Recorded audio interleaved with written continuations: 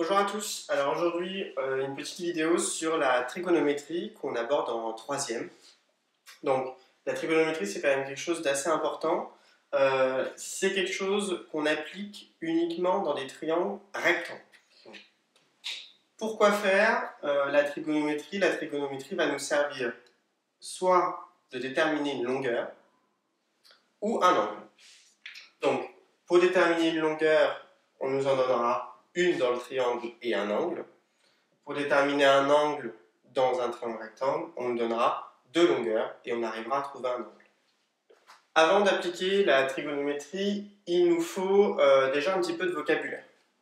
Alors, on a dit ça concernait les longueurs dans un triangle rectangle et il y a un lien avec les angles.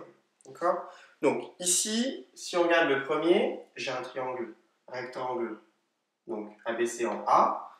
Donc dans les deux cas, il y a quelque chose qui ne change pas, c'est l'hypoténuse, le plus grand côté, qui est ici et ici.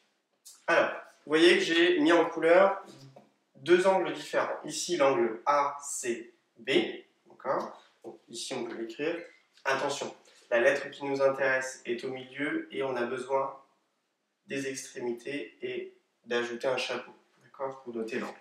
B au milieu, A, B, C. A, B et C. Donc, un petit peu de vocabulaire.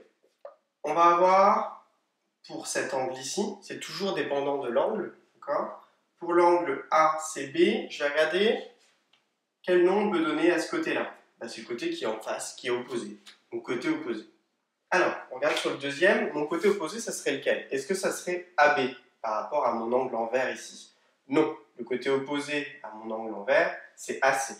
Vous voyez que selon l'angle qu'on regarde, notre vocabulaire est un petit peu déplacé dans notre triangle.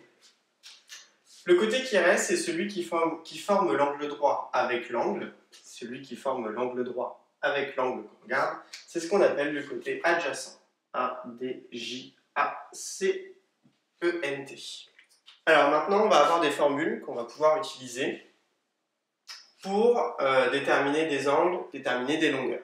Donc, ce qu'il va falloir retenir, c'est casse-toi ou soca-toi. Donc, casse-toi,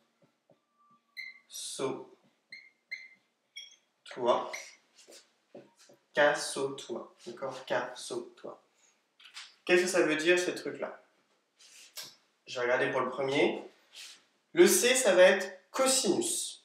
Cosinus de l'angle, donc ici cosinus de ACB, ça va être le côté adjacent, la longueur du côté adjacent, divisé par la longueur de l'hypoténuse. Ok? S pour sinus.